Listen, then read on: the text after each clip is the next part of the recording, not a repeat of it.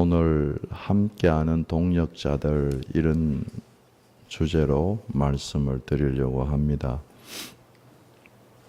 말씀을 드리기 전에 지명 3개만 좀 알고 우리가 오늘 본문을 보시면 좋겠습니다. 여기가 알렉산드리아입니다. 여기가 아볼로가 난 알렉산드리아고, 여기에서 배를 타고 여기가 에베소입니다.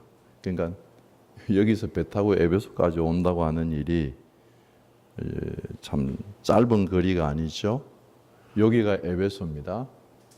에베소에서 여기가 아가야 지방이고 여기가 고린도예요. 그러니까 또 다시 배를 타고 고린도에 아볼로가 목회하러 갑니다. 그래서 이 세 지명을 오늘 좀 알고 본문을 읽으면 좋겠습니다. 알렉산더, 에베소, 고린도. 네, 지명을 머릿속에 넣고 오늘 본문을 보십시다.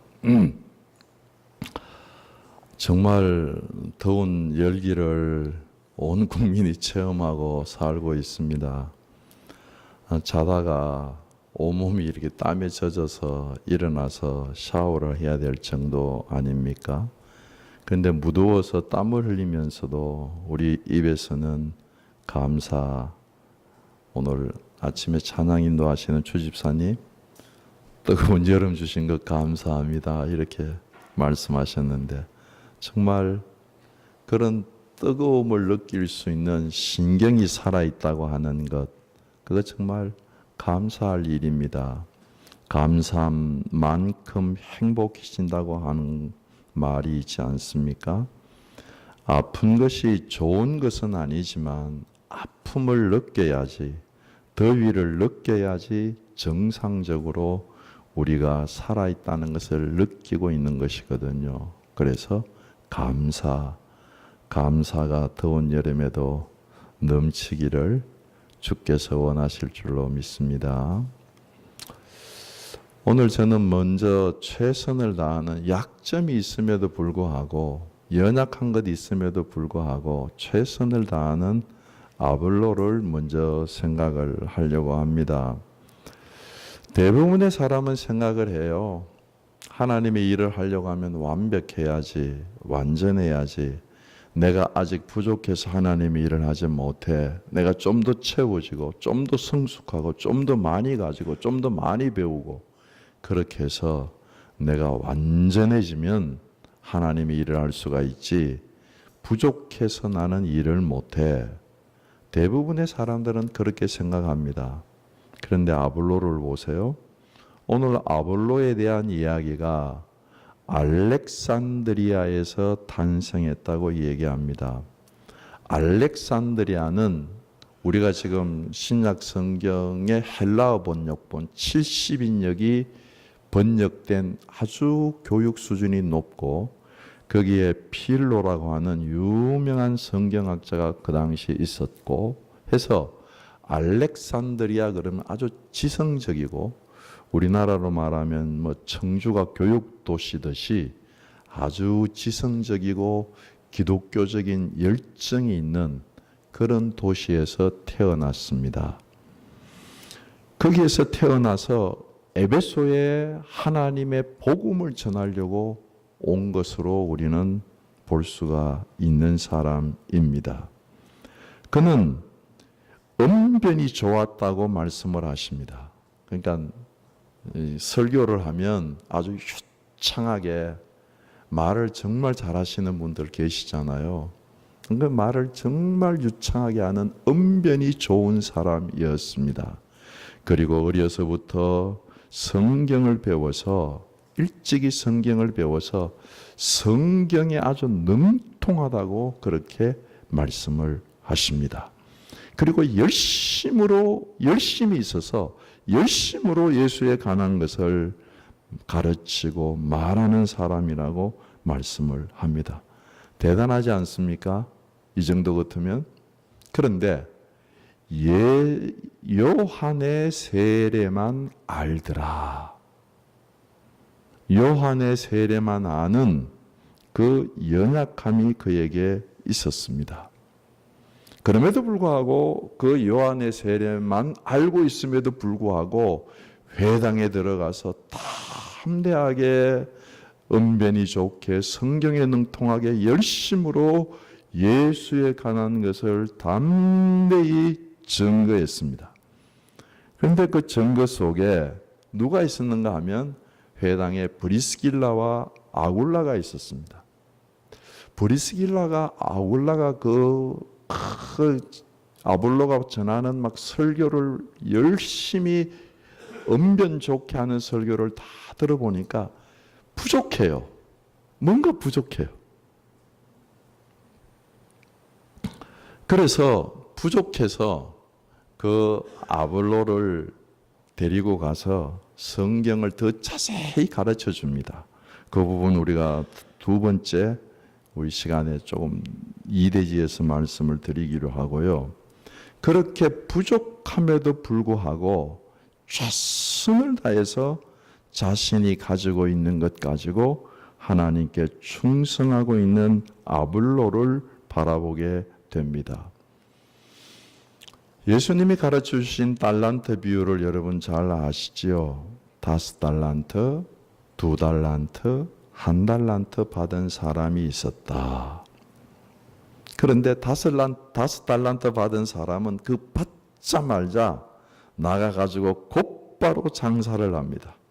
자신이 가지고 있는 것 다 투자를 해서 남깁니다. 2달란트 받은 사람과 비교하고 1달란트 받은 사람과 비교해서 내가 최고다 이런 의식이 있지 않았어요. 자기 가지고 있는 것 다 투자해서 최선으로 적은 일에 충성해서 장사를 시작했습니다. 2달란트 받은 사람도 바로 그렇게 했습니다. 2달란트 가지고 있으니까 5달란트에 비교하면서 내가 조금 더 달란트가 5달란트가 되면 내가 일하지 그러고 있었던 것도 아닙니다.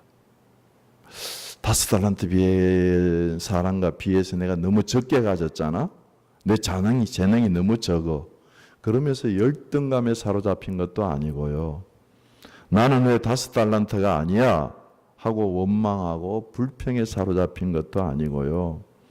1달란트와 비교해서 그래도 내가 니보다는 많이 가졌지 이렇게 교만한 것도 아니고 그냥 받자마자 가진 것 그 2달란트 바로 가서 5달란트 사람과 같이 장사를 합니다.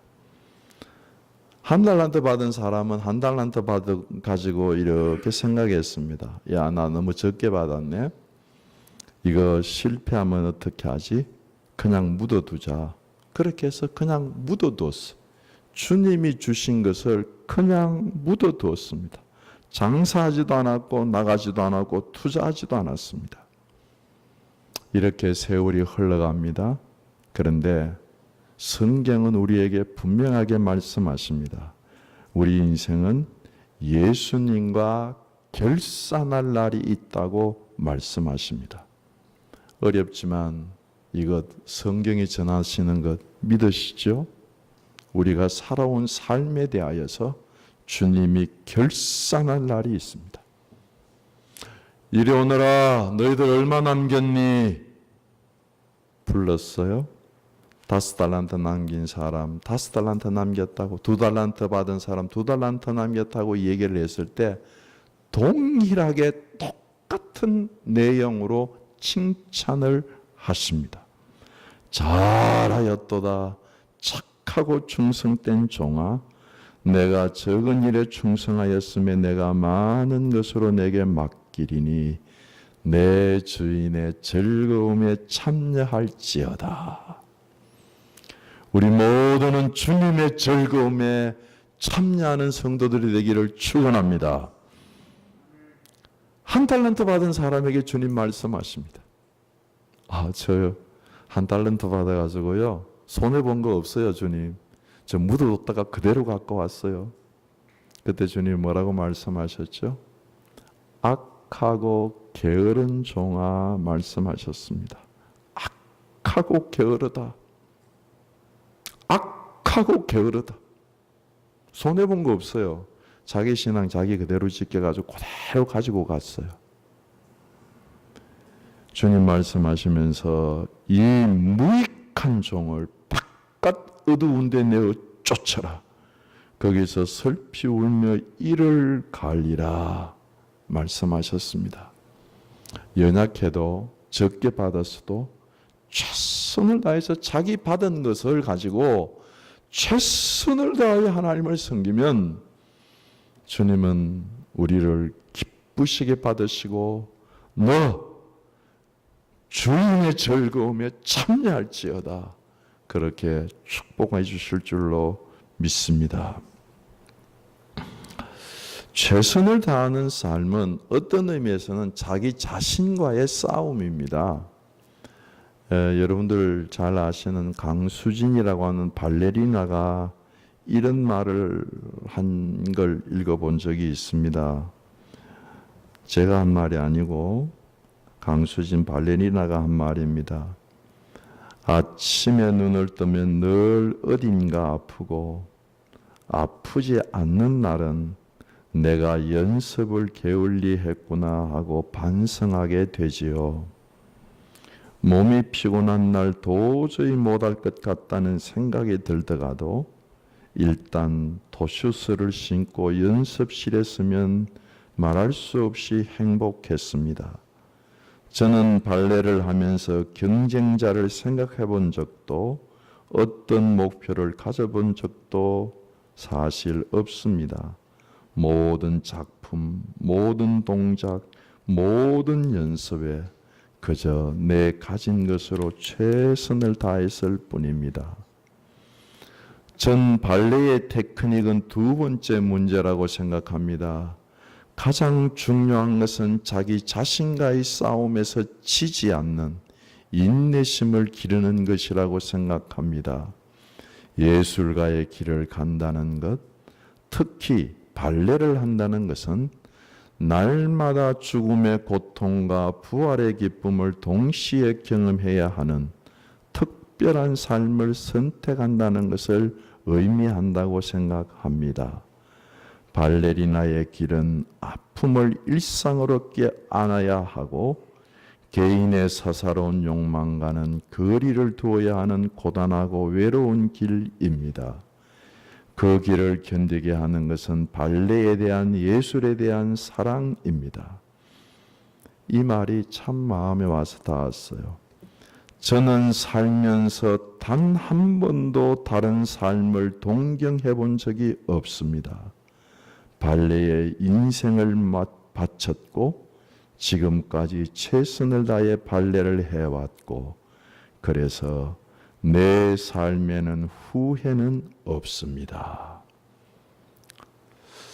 발레하는 사람도 이런 자세로 자신이 하는 일을 한다고 한다면 신앙인으로서 우리의 인격을 예수를 닮아가도록 계속해서 다듬질을 하고 예수의 인격으로 우리의 인격을 빚어가는 신앙의 삶을 사는 우리의 삶은 얼마나 더 참 치열하게 최선을 다해서 자기 자신과 싸워 자신을 빚어가야 될 줄로 믿습니다.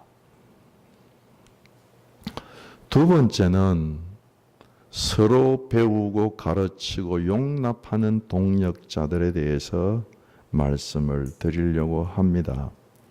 조금 전에 말씀을 드렸던 대로 아볼로는 요한의 세례만 아는 약점을 가지고도 자기가 가지고 있는 걸 최선을 다해서 열심으로 설교를 했어요. 그런데 마침 그때 브리스길라와 아굴라가 그 회당에 참석해 보니까 부족해. 약하다. 그래서 설교를 다 마치고 아볼로가 열심으로 전하고 내려오는데 브리스길라와 아굴라가 얘기합니다. 형제님 이리 와보세요. 하고 브리스길라와 아굴라가 데리고 가서 26절에 보면 하나님의 도를 더 정확하게 가르쳐 줬어요. 브리스길라와 아굴라가 누군가 하면 사도행전 18장 2절에 보면 고린도에서 바울을 만나서 적어도 1년 6개월 동안 고린도 교회를 같이 개척하면서 말씀을 전하고 바울과 함께 말씀을 사역을 했던 사도 바울과 함께 동역자였던 사람이 브리스길라와 아굴라입니다. 그러니까 이분들이 거의 바울과 같은 수준의 사람들이죠. 아볼로 입장에서 한번 여러분들이 아볼로라고 생각하고 한번 생각을 해보세요. 설교를 다 마치고 내려왔는데 형제님 이리 와 보세요. 그러더니 당신 설교 좀 부족하네요 하고 가르쳐줘요. 기분이 여러분들 어떻겠어요? 아니 이 사람들 도대체 뭐야? 내가 그렇게 열심히 내가 예수님에 대해서 그렇게 담대히 얘기했는데 아니 이 사람들 듣고 이건 뭐 하는 짓이야 이거? 이렇게 하고 반발하고 튈 수도 있는데 그렇지 않았어. 가르쳐 드리니까 그걸 그대로 배웠어. 배우면서 브리스길라와 아굴라가 자기들이 1년 6개월 동안 고린도에서 목회 사역을 했는데 지금 그 고린도 교회에 목회할 분이 필요하다고 이야기를 해서 이 아볼로를 고린도 교회에 가서 목회를 해달라고 이야기를 했습니다. 그래서 아볼로가 고린도로 넘어갑니다. 아가야 지방으로. 그래서 거기에서 목회를 해요. 잘 아시는 대로 고린도전서 1장 12절에 보면 고린도 교인들이 이야기를 합니다. 고린도 교회가 파벌이 생겼어요. 파당이 지어진 거 아시죠? 그럴 때 우리는 바울파다, 우리는 아볼로파다, 우리는 게바파다, 우리는 그리스도파다. 이렇게 파당이 4파당으로 지어졌어요. 그 정도로 아볼로는 리더십이 있습니다. 뭐 브리스길라와 아굴라파는 없어요. 그리고 고린도후서 10장 10절에 보면 이건 설교를 들었던 고린도 교회의 성도들의 판단이에요. 성도들이 하는 말이 야 바울이라고 하는 그 사람이 말이야 편지를 쓰면 야 그 편지는 능하고 그 글을 쓰면 글은 아주 유창하고 정말 읽을만한데 만나서 사람을 보면 볼품도 없고 설교하는 것 보면 힘도 없고 약하고 설교하는 말도 시원하지도 않아. 그리고 고린도 교인들이 바울의 설교를 판단합니다. 그러면 바울의 입장에서 그런데 말이야 아볼로가 설교를 하면 이야 언변이 능통하고 듣기가 시원하고 이야 아볼로 설교 정말 잘해요. 그런 소문이 막 들릴 때 바울 입장에서는 어떻겠어요? 느낌이? 아이 참 저 아볼로 질투나네 시기나네 뭐 이런 느낌을 가진 만도 한데 고린도전서 3장에 보면 나는 심었고 그러니까 개척했다는 말이죠. 고린도 교회를 아볼로는 물 주었고 그 뒤에 가서 아볼로가 목회했다는 말이죠. 하나님만이 자라나게 하시고 우리는 다 하나님의 밭에서 일하는 동력자들이다 하고 아볼로를 자기의 동력자로 받아들이고 있는 것을 볼 수가 있습니다. 정말 아름다운 모습이에요. 참 죄송한 이야기지만 선교사님들 나가서 사역하다가 이렇게 얘기하는 소리를 들어보면 선교사님들이 제일 어려운 사람들이 누구냐 하면 그 지역에서 함께 선교하는 선교사님들이래요. 서로 반목하고 시기하고 질투하고. 그런데 초대교회에 이 등장하는 이 동역자들, 아볼로, 브리스길라, 아굴라, 바울, 다 연약하면 가르쳐주면 가르침을 받고, 그리고 아볼로를 고린도 교회에 보내면서 브리스길라와 아굴라는 다시 그들에게 추천장을 써서 보내주면서 이 아볼로를 영접해서 목회하게 해주세요 하고 추천장을 써 보내고, 서로 참 연약한 걸 짊어지고 서로 함께 힘을 합해서 서로 배우고 가르치고 용납하며 하나님의 일을 하는 동역자들을 보게 됩니다. 세 번째로, 아볼로가 브리스길라와 아굴라에게 배운 게 무엇일까? 조금 전에 말씀을 드렸던 대로 아볼로는 요한의 세례만 알았습니다. 즉 아볼로의 신앙은 세례 요한과 같은 신앙이라는 말씀이지요. 세례 요한은 예수님에 대하여서 정말 아름답게 증거한 사람입니다. 자신은 광야에서 외치는 자의 소리이고 예수 그리스도는 자기가 외치는 자의 소리의 의미가 되시는 분이시고, 예수는 세상의 죄를 짊어지고 가는 하나님의 어린 양이고, 자기 자신은 예수 앞에서 자꾸 쇠하여지고 예수는 흥하여야 될 분으로 그는 정확하게 예수 그리스도를 증거했고 회개하는 세례를 베풀었습니다. 요한복음 1장 33절에 보면 세례 요한이 얘기합니다. 나도 예수님을 알지 못했습니다. 그런데 나를 보내어서 물로 세례를 베풀라고 하셨던 그 하나님 아버지께서 성령이 내려서 누구에게 머무는 것을 보시거든 그가 예수가 곧 성령으로 세례를 베푸는 이인 줄 알라 해서 예수님을 성령으로 세례 베푸는 분이라고 증거를 했습니다. 그럼에도 불구하고 그렇게 증거는 했지만 세례 요한은 예수님에게 성령으로 세례를 받지는 못하는 연약한 부분이 있었어요. 신앙생활을 하는데 아볼로의 신앙생활은 언변도 좋고 성경에 능통하고 담대하게 열심으로 복음을 전하는데 뭐가 없어요? 성령의 내주하는 역사, 예수 그리스도의 주시는 베풀어 주시는 그 성령의 세례를 경험한 것이 없다는 것입니다. 동일한 사람이 에베소의 사도행전 19장 2절에 보면 너희가 믿을 때에 성령을 받았느냐 하고 물으니까 답변하기를 우리는 성령이 계시는 것 듣지도 못했다. 그렇게 답변하는 사람들이 나옵니다. 이렇게 보면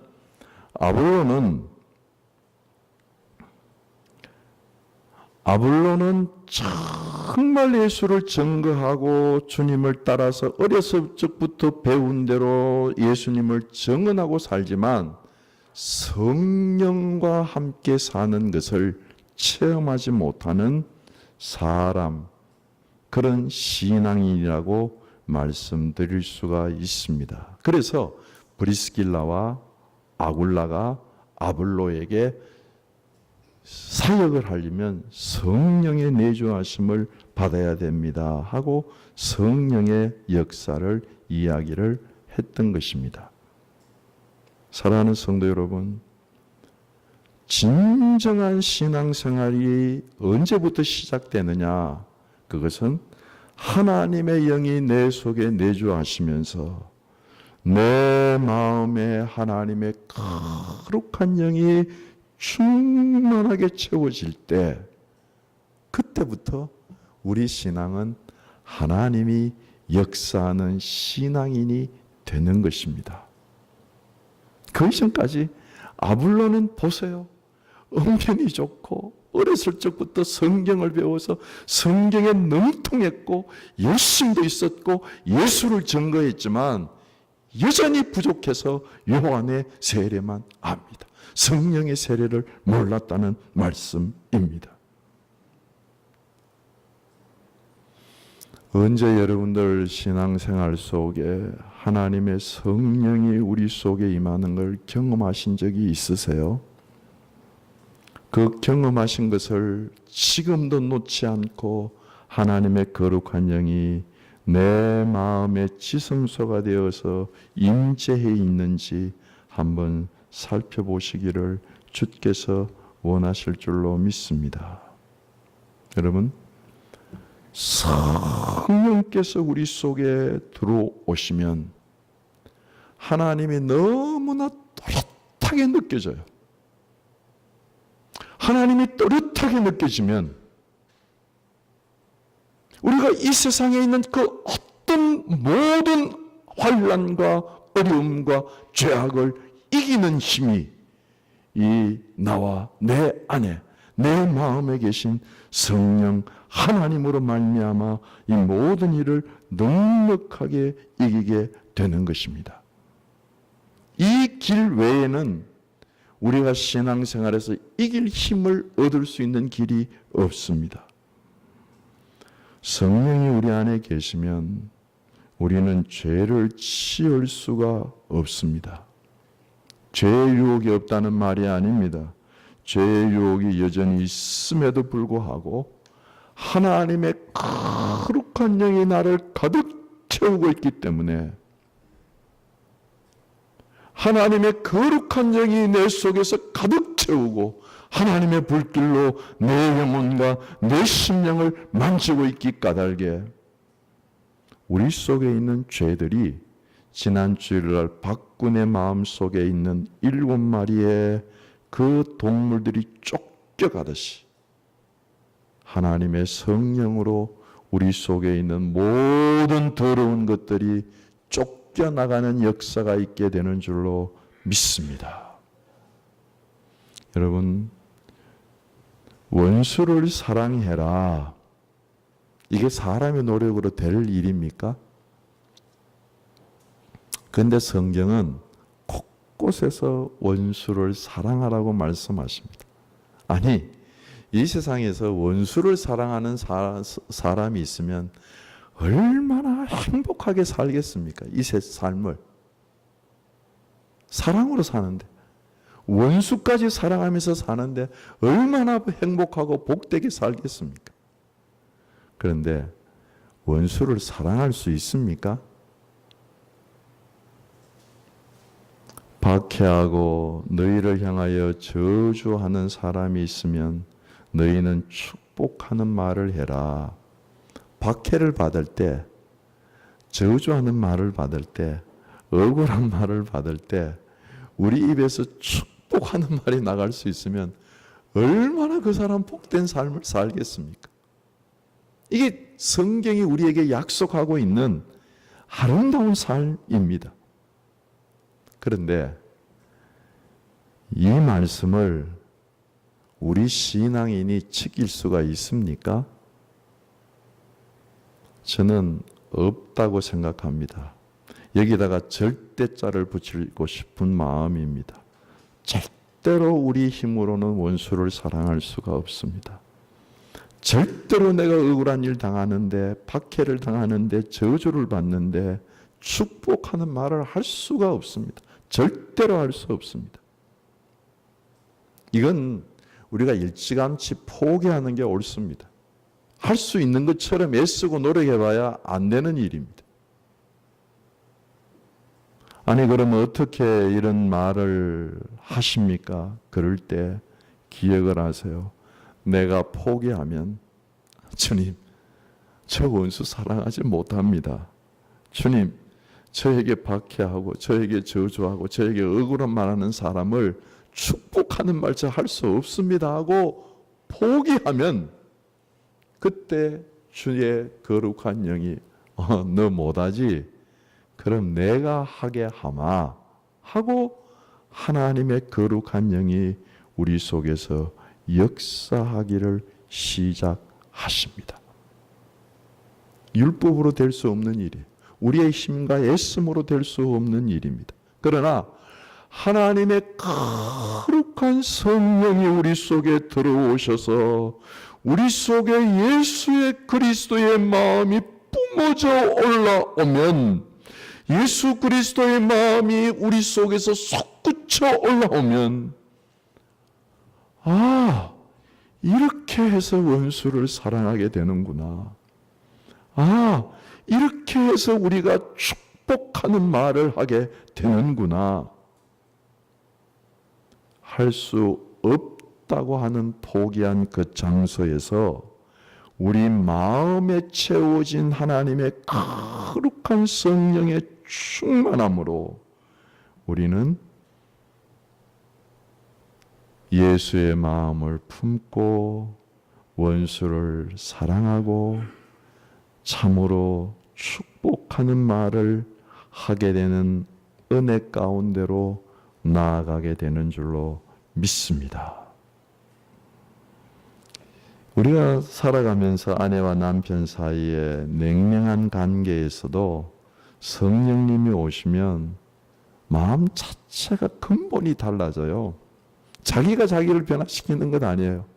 성령님이 오셔서 우리의 마음을 변화시키기 때문에 세상에 보이는 모든 것이 그렇게 사랑스러워 보이게 되는 것입니다. 내 속에 오신 성령님이 사랑하게 하시고, 내 속에 오신 성령님이 소망을 품게 하시고, 내 속에 오신 성령님이 우리의 연약한 기도를 도와서 기도하게 하심으로 인해서 하나님의 거룩한 성령으로 말미암아 우리의 마음이 변화가 일어나게 되는 줄로 믿습니다. 아볼로가 이 성령의 역사를 배웠습니다.